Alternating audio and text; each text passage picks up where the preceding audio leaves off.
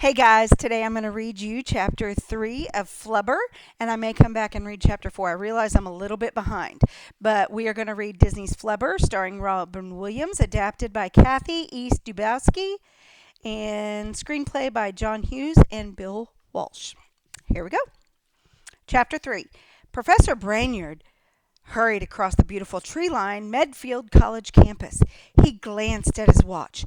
3:30! How did it get so late? He dashed into an ivy-covered building and into the room where he taught his afternoon class. But the professor didn't realize he'd put his watch on upside down. It wasn't 3:30, it was really only 9 o'clock. "Good morning," he called out cheerfully, or "good afternoon," as the case may be. The room full of art students sitting in front of their easels stared in confusion, their pencils in midair. What was Professor Philip Brainerd, the chemistry professor, doing in art class? Professor grabbed an orange from the bowl of fruit the students had painted the day before. "Whoever brought me the orange, the pheasant, and the grapes, thank you." He put down his briefcase. "During our last session, we discussed Newton's theory of gravitation. To review," he turned to the blackboard and scribbled a math equation. "Tommy, would you explain the equation to the class, please?" "No? Can anyone help Tommy?" Then the professor noticed something else written on the board. "Life drawing, Dr. Richards." "Oops, wrong class." Blushing, Professor Brainerd picked up his briefcase and coat and scooted out the door. He loved teaching. Now, if only he could find his class. Across the campus, the president of the university, Dr. Sarah Jean Reynolds, stood at her desk. She was talking on the phone about the college's money problems in a beautiful, floor-length white wedding gown. A tailor fiddled with the hem as Martha George, Sarah's plump secretary, beamed in delight. Sarah covered the phone and glanced nervously at her elegant dress. "You don't think it's too much?" she asked her secretary. "Oh, no," Martha cried. "It's a wonderful idea to go with the big wedding at this time. It does put the pressure on the professor to show up."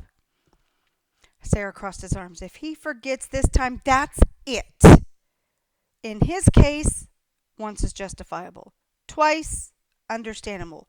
But 3 times?" She broke off as she noticed handsome Wilson Croft standing in the doorway, a sly smile on his face. Was he eavesdropping? Sarah hung up the phone. Wilson held his arms and whisked her down from the desk. "What are you doing here?" she asked. "I always come in for your weddings," he said sarcastically. Martha scowled. She didn't like Wilson Croft one bit, and she didn't like the way he was always chasing after her boss. Sure, he was good-looking and intelligent and successful, but how could you love a guy who was already in love with himself? Shaking her head, Martha ushered the tailor out and closed the door. Wilson took Sarah in his arms, his eyes full of pity. "Why would you put yourself through this again? If Philip doesn't think enough of you to show up at 2 weddings, what makes you think he'll show up for a 3rd or a 4th? Wilson shook his head. "I've known Professor Philip Brainerd for years. He loves his work, and only his work." Sarah wiggled out of his embrace. "I don't believe that. After tonight, you'll know," Wilson said as he left Sarah's office. "And I, as always, will be there with my hanky." Sarah wandered over to the window and gazed across her beloved campus. She had to admit she was worried. She held out her hand and gazed at her engagement ring. It was modest, but sweet. Like all engagement rings, a promise. But it was a 3rd one Philip had given her. Would he keep the promise this time? Hope you guys are having a great day.